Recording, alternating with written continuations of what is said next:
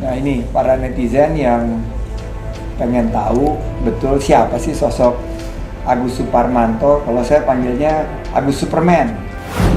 Jadi saat inilah yang kita akan maintain terus supaya kenaikan-kenaikan harga terutama, makanya kita selalu waspada harga barang ini tidak boleh naik terlalu lama dan harus turun kembali seperti kemarin gula.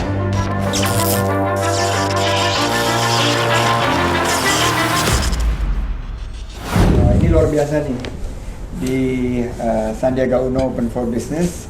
Hari ini kita diberi kesempatan untuk berkunjung ke rumah Pak Menteri Perdagangan kita. Ini sahabat lama saya, Bapak Agus Suparmanto ini merupakan pengusaha sukses yang sama-sama meniti karir dulu di dunia usaha, dan beliau punya beberapa usaha yang luar biasa kinerjanya, dan sekarang diberi amanah di Kabinet Indonesia Maju, khususnya di portfolio yang super penting banget, yaitu Kementerian Perdagangan. Karena dunia usaha semua bisa berjalan tentunya dengan kebijakan perdagangan yang kondusif. Nah, saya mau tanya nih Pak Menteri, bagaimana keadaan ekonomi kita sekarang di tengah pandemi COVID-19 dan apa jadi fokus kebijakan Kementerian Perdagangan? Terima kasih Bang Sandi. Saya memang melihat nih Bang Sandi salah satu pengusaha yang sukses dan mumpuni bagi pengusaha-pengusaha yang memang sudah berkecimpung di dunia usaha, dan organisasi juga usaha cukup sangat sukses. Untuk itu saya juga terima kasih atas kedatangannya, dan dalam hal ini memang perekonomian kita ini saat ini dilanda pandemi COVID-19 ini sudah harus mulai bangkit, karena persendi-sendi ekonomi ini kita aktifkan. Dengan adanya pandemi COVID-19 ini, saya sudah membuat SOP untuk melaksanakan kegiatan aktivitas perdagangan dengan protokol kesehatan. Memang dalam pelaksanaan aktivitas perdagangan itu harus mengedepankan protokol kesehatan yang kami sudah keluarkan SOP-nya, ya, dan juga protokol kesehatan ini meliputi pemakaian masker, kemudian mencuci tangan, dan juga physical distance. Dan ini penting. Ini kenapa saya bilang penting? Seperti yang kita terlalu lihat bahwa pandemi COVID-19 ini memakan korban jiwa, yaitu udah banyak beberapa orang yang telah meninggal dunia, dan ini kita harus tanggapi secara serius. Kunci dan suksesnya perekonomian kita pada saat ini adalah menjalankan protokol kesehatan dengan kesadaran dan disiplin yang tinggi. Perekonomian kita memang tumbuh harusnya pada tahun ini tadinya diprediksi 5,2%, tapi dengan adanya COVID-19 ini turun, dan itu diprediksi oleh Bank Dunia juga itu minus, ya.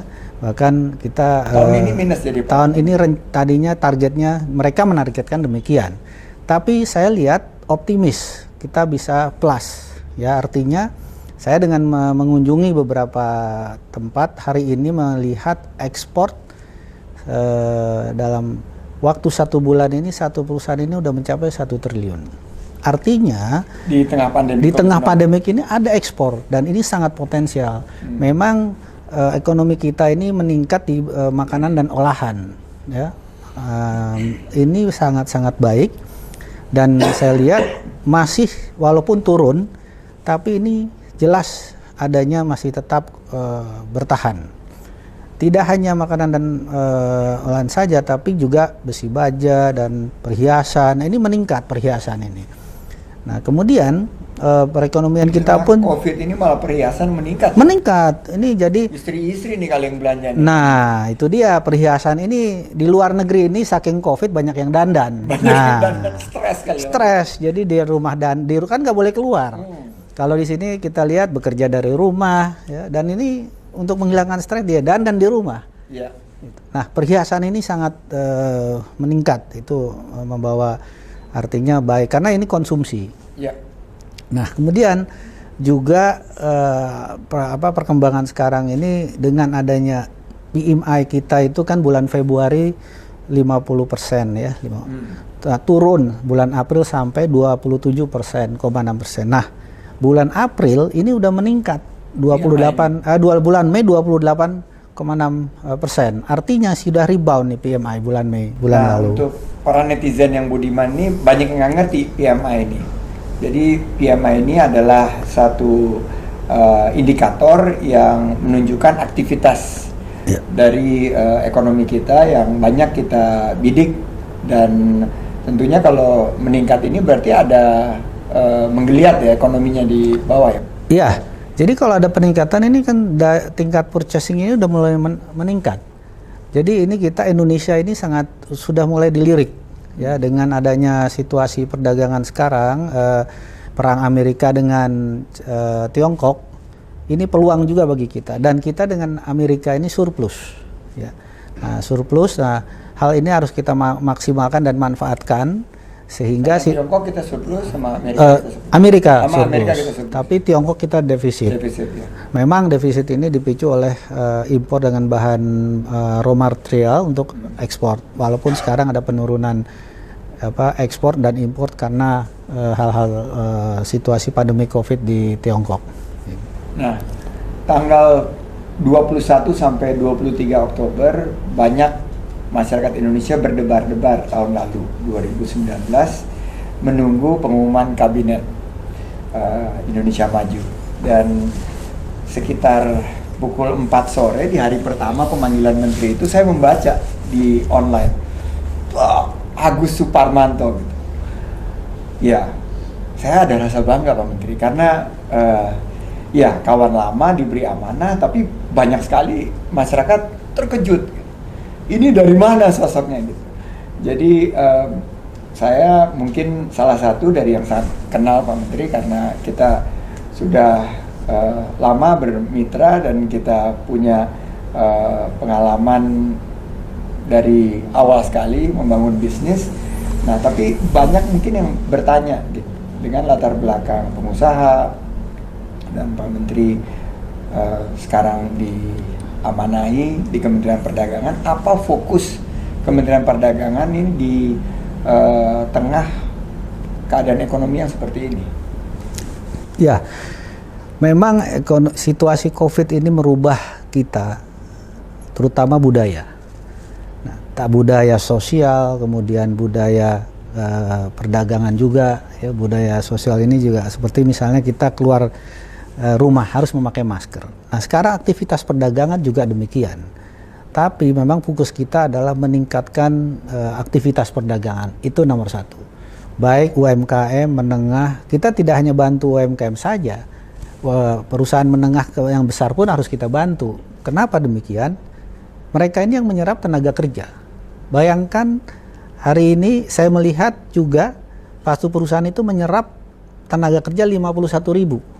Ya. Jadi kita harus pantau, justru kita berbuat untuk satu perusahaan tapi impactnya untuk puluhan ribu tenaga kerja. Betul. Dan juga petani pun itu sekitar 70.000 yang dia bina untuk menghasilkan produknya petani untuk disalurkan ke pabriknya mereka.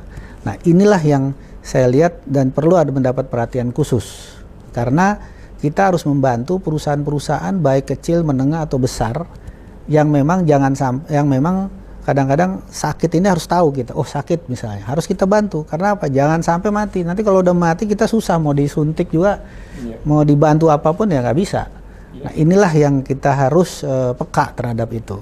Memang kepedulian ini penting. Nah, fokus kita juga nanti dengan UMKM ini kita sekarang galakan mereka, karena ada sekitar 60 juta UMKM yang memang harus kita fokuskan untuk dibina, dan ini adalah akan membantu perekonomian kita karena konsumsi artinya perdagangan ini 50% itu pada konsumsi, ya, rumah tangga dan sehari-hari. Makanya mall ini kita buka karena kebutuhan sehari-hari itu orang larinya ke pusat perbelanjaan, swalayan, hypermarket ini, dan semuanya ini adalah penting. Nah, kita fokuskan adalah untuk peningkatan ekspor non migas, ya. Karena apa? Tahun depan ini pertumbuhan diharapkan tetap lebih baik, yaitu 5,2% juga, yang harusnya tahun ini, dan tahun depan saya optimis itu akan lebih baik. Saya yakin tahun depan ini jauh lebih baik. Jadi kita bertahan. Nah, tadi saya katakan fokus-fokus ini adalah salah satunya peningkatan mutu kualitas produk dalam negeri bangga buatan Indonesia ini sudah diterapkan oleh Presiden 14 Mei 2020 lalu dan ini kita follow up terus. Ya. Jadi memang fokus adalah lapangan pekerjaan. Karena lapangan pekerjaan ini menjadi tentunya tulang punggung dari perekonomian kita. UMKM berkontribusi kepada 97% penciptaan lapangan kerja dan 60% dari PDB.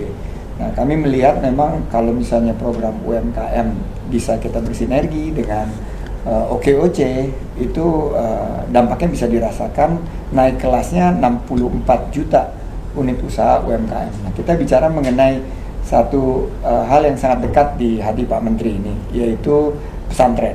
Kita ada 28.000 lebih pesantren, 18 juta santri. Mereka ini sebetulnya potensi untuk bisa diciptakan sebagai pengusaha-pengusaha seperti Pak Menteri juga. Nah, Pak Menteri punya pemikiran tertentu terhadap bagaimana caranya kita mencetak generasi ke depan ini yang bukan hanya berakhlakul karimah, tapi juga memiliki kemampuan menjadi pencipta lapangan kerja. Ya, memang begini. Islam itu mengajarkan juga umatnya untuk mempunyai etos kerja. Ya. Etos kerja dan itu hukumnya wajib. Kenapa? Rukun Islam juga itu ada zakat dan haji. Nah, kita harus berkecukupan untuk melakukan itu semua. Dan ini kalau sudah ke sana adalah artinya apa? Kita wajib kalau sudah mempunyai materi. Nah, dasar-dasar seperti inilah etos kerja di basic daripada di pesantren ini sudah ada. Yang hari-harinya dia mengajar dalam kegiatan agama, ya, tapi dia juga perlu melaksanakan kegiatan ekonomi. Sebenarnya ini sudah tumbuh. Contohnya, ada suatu kiai, dia mempunyai perkebunan misalnya tebu, ya. Tebu ini dia Jawa Timur nih ya? Ya, Jawa Timur memberdayakan. Ya, kebetulan saya juga punya family, ya, yang memang santri-santri kiai ini juga melaksanakan itu. Jadi kiai ini mempekerjakan santrinya. Artinya apa? Dia mempekerjakan santrinya, pelatihan, memberikan pengarahan. Nah, kiai ini setelah itu dia akan memberikan tambahan bagi santrinya untuk penghasilan. Di selain tambahan, ujungnya dia untung akan meningkatkan pesantrennya. Jadi ini semuanya saling berhubungan. Artinya dari di sini juga. Nah, itu ada beberapa jenis ya usaha di pesantren itu salah satunya. Kemudian juga organisasi jadi misalnya menyewakan gedung, ya, gedung itu dan penghasilannya masuk pada pesantren itu sendiri. Nah, juga ada toko-toko swalayan yang memang dikelola oleh para santri ini dan perkebunan juga tadi. Misalnya buah. Nah, ini akan kita tingkatkan. Ya, kita buat Kementerian Perdagangan ini semacam kelompok UMKM tapi dalam lingkungan pesantren. Nah, santri karena apa? Ini komunitas ini besar dan saya lihat potensial. Dan ini kita harus develop semuanya. Ya, di Kementerian Perdagangan ini juga punya. Nah, ini sedang difokuskan pembinaannya, memberikan penyuluhan. Nah, kalau kita bangun semuanya ini akan menambah atau meningkatkan pertumbuhan PDB kita. Yeah. Ya, karena tenaga kerja ada terampil. Karena satu lagi juga ada keahlian yang dimiliki oleh santri.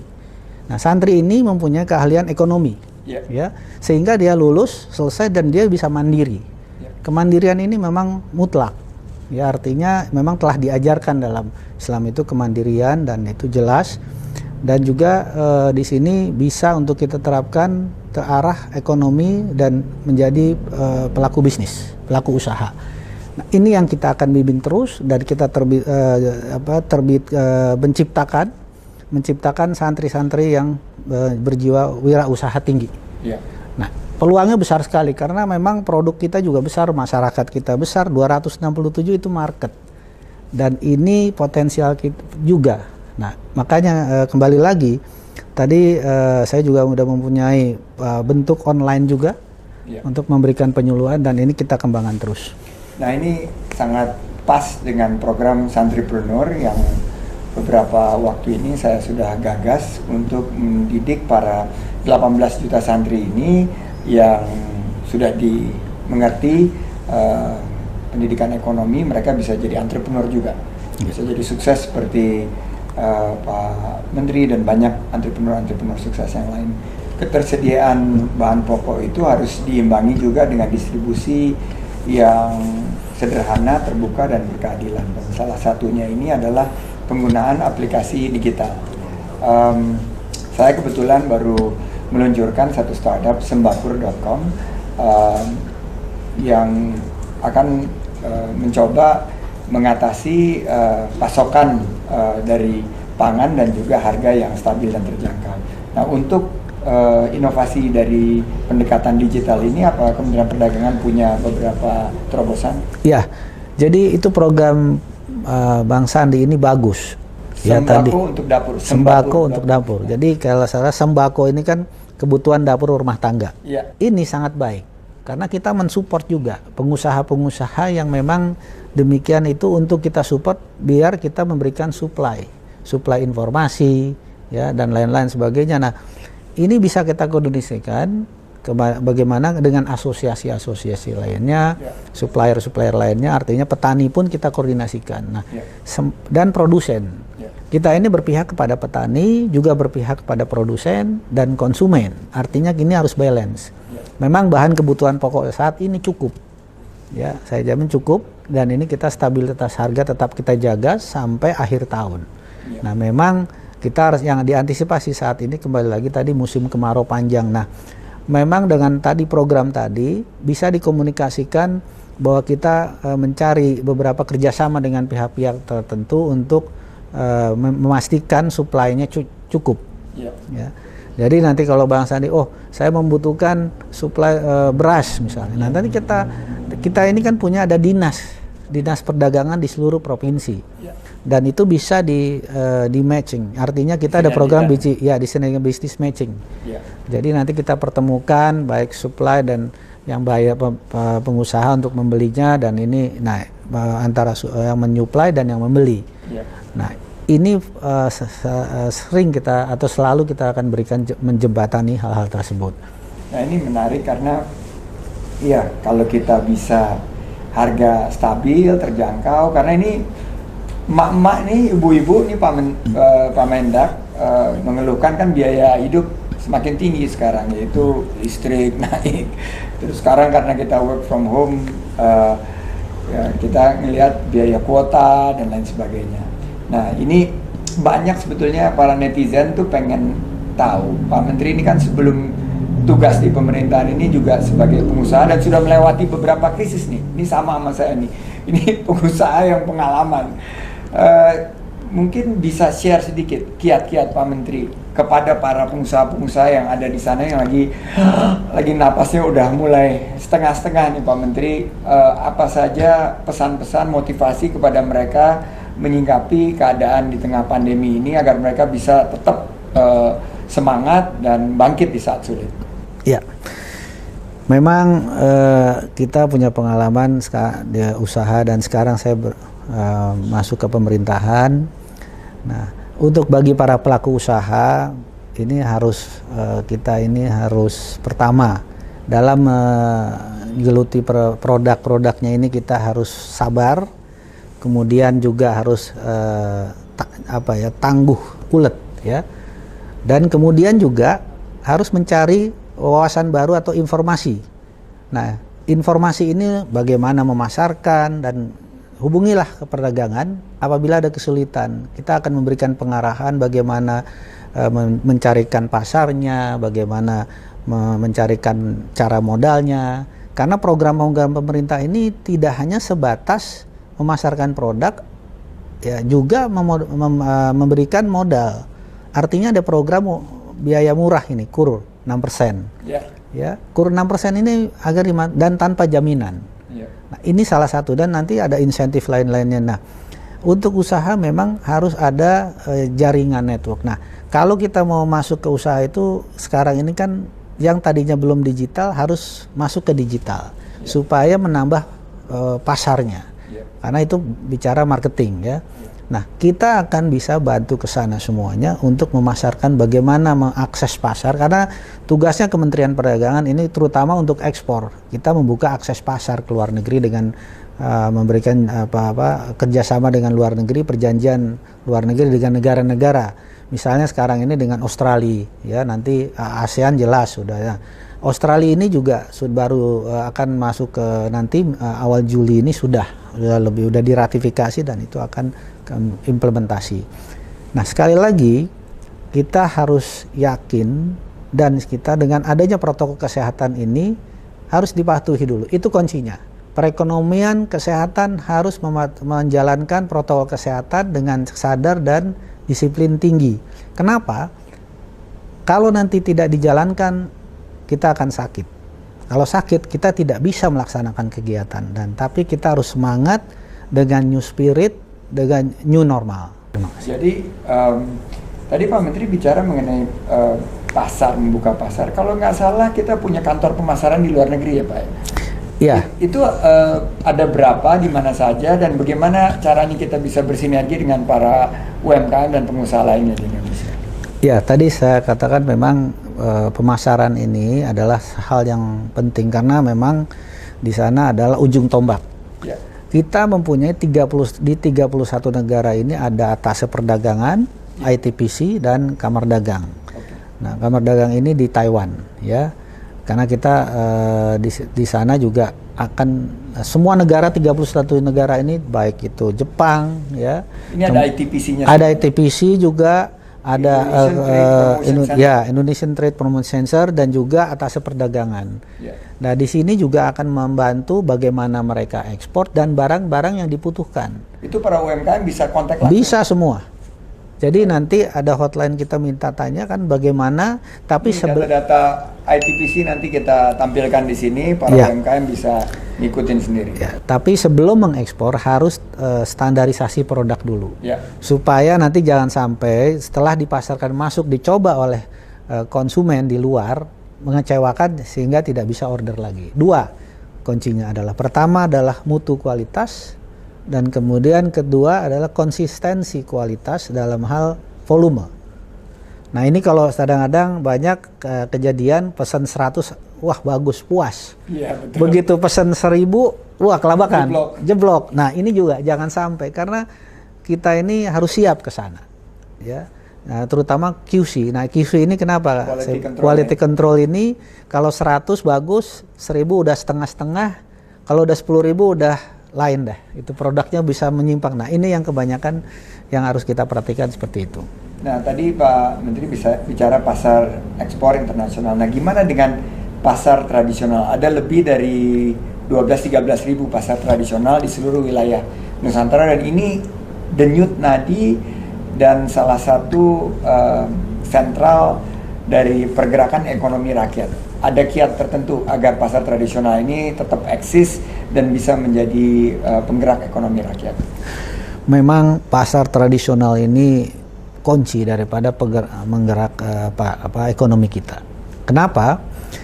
Pertama adalah dia ingin menyalurkan dari hasil petani. Yeah. Karena di daerah-daerah itu banyak daerah yang memang hasil petaninya dijual di pasar. Yeah. Kalau pasar ini tidak memadai, akan sulit mereka. Nah, inilah yang memang kita prioritaskan, dan ini kita ada program namanya revitalisasi pasar.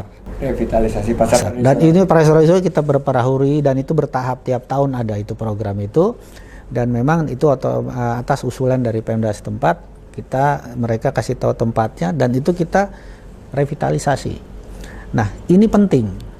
Karena apa? UMKM juga masuk ke sana dari pengusaha kecil mau menjual. Sekarang kalau produk sayur kan nggak mungkin dikirim ke daerah luar. Dia carinya pasar mana yang punya ada, dan itu ketersediaan itu disitulah masuknya. Kalau dia tahu pasar dan ada beberapa pasar, mungkin dia supply lagi ke pasar lain. Tapi paling tidak dia harus tahu. Nah, memang pasar tradisional ini seperti yang kita suka lihat, ini memang padat-padat ya. Nah, apalagi dengan pandemi COVID-19 ini, memang kita prioritaskan protokol kesehatan ini penting. Ya. Karena kalau tidak, mereka tutup. Nah, kalau tutup, petani nggak bisa jualan, terus kemudian rumah tangga yang memang UMKM ini mau jualan kemana, ke pasar tidak bisa, jadi akhirnya dia tidak bisa melaksanakan aktivitas perdagangannya. Nah, inilah yang sangat penting. Jadi sekali lagi untuk menjaga kesehatan dan keselamatan juga harus menjalankan protokol kesehatan yang ketat. Nah, ini para netizen yang pengen tahu betul siapa sih sosok Agus Suparmanto. Kalau saya panggilnya Agus Superman, karena dia waktu pengusaha itu ya cukup sakti gitu. Tapi ternyata selama menjabat di Kementerian Perdagangan, ya terus terang saya apa yang sebagai seorang yang di luar pemerintahan, apa yang bagus saya apresiasi, seperti neraca perdagangan sekarang kita alhamdulillah ya, tahun lalu kan defisitnya luar biasa. Sekarang neraca perdagangan sekarang lumayan ya Pak Menteri? Iya, cukup surplus ya. Surplus ya. Ya. Jadi 4,3 miliar US dollar. Jadi bulan Mei lalu ya. Jadi memang ini kita waspadai, karena ini dengan pandemi ini kan memang terjadi penurunan ini ke depan ini sampai nanti ditemukannya vaksin. Mengenai inflasi ini katanya saya dengar terendah ya di akhir, biasanya kan di akhir Ramadan, di penghujung Ramadan menuju Lebaran itu kan harga-harga naik. Iya. Kemarin saya dengar terendah setelah berapa puluh tahun terakhir, tahun 1978. Iya, Pak Menteri? betul. Memang itu terendah sejak tahun 78. Inflasi ini memang kita jaga stabil ya.